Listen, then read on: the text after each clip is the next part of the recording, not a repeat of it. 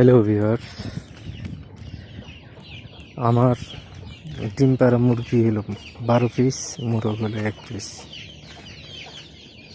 আমি প্রতিদিন 5 piece 6 piece করে ডিম পাই। তো তার থেকে আমি 120টা কিলো ডিম বসাই দিয়েছিলাম। সেখান থেকে 110টা কিলো বাচ্চা আমি পাইছি। বাচ্চার বয়স কি কয় 1 মাস 4 দিন। দেখেন বাচ্চাগুলি এখন বেশ কিন্তু ভালো আছে। তো আমি চেষ্টা করতেছি এই করার জন্য, যদি এইভাবে চেষ্টা করে যদি আমি সফল হইতে পারি। জায়গা কম, জায়গা আছে কিন্তু সাইডে হলে পানি, যার জন্য আমার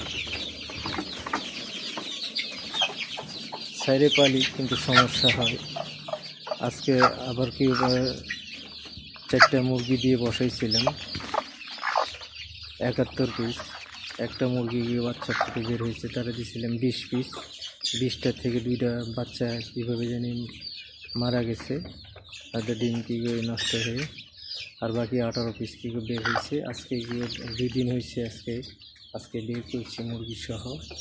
দেখেন বাচ্চাগুলি গিয়ে ভালোই আছে। তো আমি চেষ্টা করি নিয়ম মাফিক কাজ করার জন্য।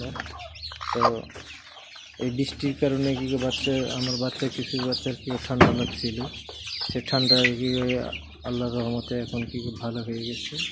এখন সব বাচ্চাগুলি কি সুস্থ আছে। তো যদি কি এভাবে কি পারি, তাহলে আমি আরও পরিসরে করার চেষ্টা করব। যেহেতু জায়গা কি আছে কিন্তু সাইডে পানি, যার জন্য কি আমি ওই রকমভাবে করতে পারতেছি না।